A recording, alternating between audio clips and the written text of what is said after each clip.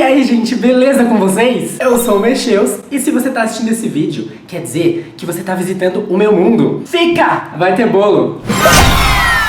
Eu tô aqui pra falar sobre o meu livro favorito da vida. É aquele livro que existe o Mexeus antes de ler e depois de ler. Sabe aquele tipo de livro que te marca pra sempre, que muda alguma coisa aqui dentro de você e que nunca mais sai de você? Então, é esse livro. O livro mágico em questão é este: Norwegian Wood, do Haruki Murakami, que, por sinal, depois desse livro se tornou meu escritor favorito também. Por que, gente? Por que eu amo tanto esse livro? Eu acho que livros, filmes, séries, etc. são experiências muito pessoais. Então o fato de eu amar esse livro mais que a vida não quer dizer que você vai ler e vai amar ele também. Pode ter gente que leu e não achou nada demais, e pode ter gente também que odeia. Vou contar pra vocês a minha experiência, porque que eu acho ele tão fantástico. Bora lá. A primeira coisa a respeito desse livro. Ai, por que eu seguro a xícara assim, né? Assim, melhor.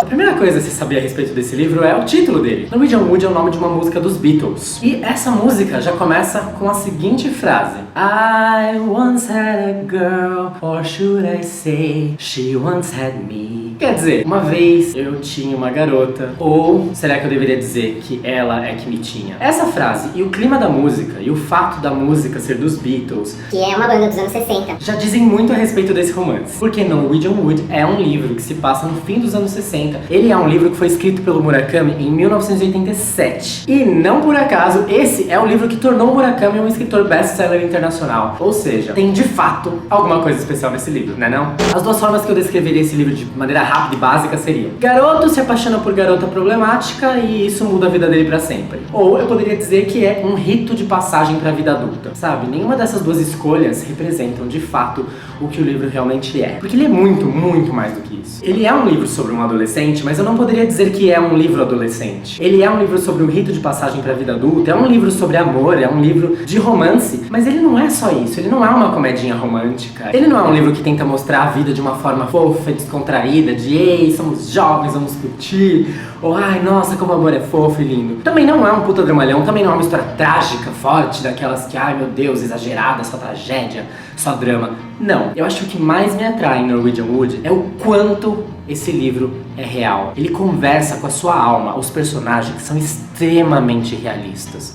O Murakami descreve os eventos da vida do Toru, que é o personagem principal, de uma maneira tão simples. Todas as coisas, mesmo as coisas mais banais que acontecem na vida dele, que todo mundo passa por isso, ele mostra. Então o personagem se torna muito real, você se sente na pele dele. E mesmo que você não se identifique com ele, você sente vontade de acompanhar a vida dele. Essa é uma história que prova que você não precisa de elementos fantásticos para escrever uma história fantástica. Prova que o amor, a juventude e a amizade podem preencher as páginas de um livro de uma maneira extremamente cativante. A história é a seguinte: o Toru, um jovem de 20 anos, acaba de se mudar para uma república universitária, numa cidade nova, um lugar onde ele não conhece ninguém. Então ele meio que tá começando a vida dele de novo ali, tá começando a faculdade, é tudo novo pra ele. Ele é um jovem bem calado, bem introspectivo, não interage muito, e aí um belo dia ele está andando lá e ele encontra a Naoko. A Naoko é uma menina também bem calada, bem introspectiva, toda estranha, contida. E a Naoko era a namorada do melhor amigo do Toru na época do colégio. E esse melhor amigo do Toru, que se chama Kizuki, ele se matou. E a gente percebe que o fato de o Kizuki ter se matado aos 17 anos é um divisor de águas, tanto na vida da Naoko quanto na vida do Toru. Como os dois passaram por essa experiência traumática e agora os dois estão numa cidade nova onde eles não conhecem ninguém, os dois acabam se unindo e ficando bastante próximos e vão construindo uma relação estranha e diferente que vai se desenvolvendo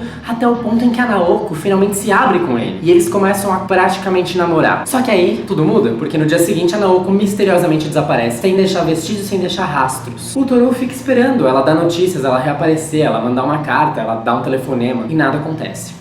E semanas se passam. Nesse tempo, ele acaba conhecendo uma outra menina que se chama Midori. A Midori é o oposto da Naoko. Ela é completamente maluquinha, despirocada, colorida, vibrante, alegre, animada, sabe? Tipo, enquanto a Naoko era toda quietinha, introspectiva, meio problemática, a Midori é assim, o oposto. Ele acaba se relacionando com a Midori acaba preenchendo essa lacuna da vida dele e acaba sendo uma garota muito especial pra ele. Ele acaba se envolvendo com a Midori também, até que a Naoko dá notícias. E ela diz que ela tá num sanatório super afastado, lá, tipo, no meio das montanhas, montanhas, fazendo um tratamento psicológico. Ela tá tentando melhorar e retomar a vida dela. Ela é uma pessoa que ele se preocupa, que ele quer cuidar, que ele quer ver bem. Então se de um lado ele tem esse amor pela Naoko, que é calmo, transparente, mas é estagnado, de futuro incerto, do outro lado ele tem a relação dele com a Midori, que é uma relação vibrante, alegre, que chacoalha as coisas e que faz ele ter vontade de viver, sabe? Ele fica dividido entre essas duas relações. Não é aquela historinha de, ele vai ficar com uma ou vai ficar com a outra, e aí ele escolhe uma das duas e vive feliz pra sempre. Não, porque a vida não é simples assim. E atrás, na sombra, existe sempre o Kizuki, que é um amigo dele que se matou e vai ter eternamente 17 anos,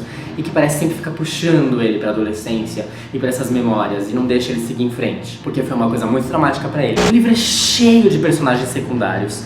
Os personagens secundários são todos muito vívidos. A forma como as pessoas passam pela sua vida e mudam ela pra sempre, tudo isso é abordado de uma forma tão realista.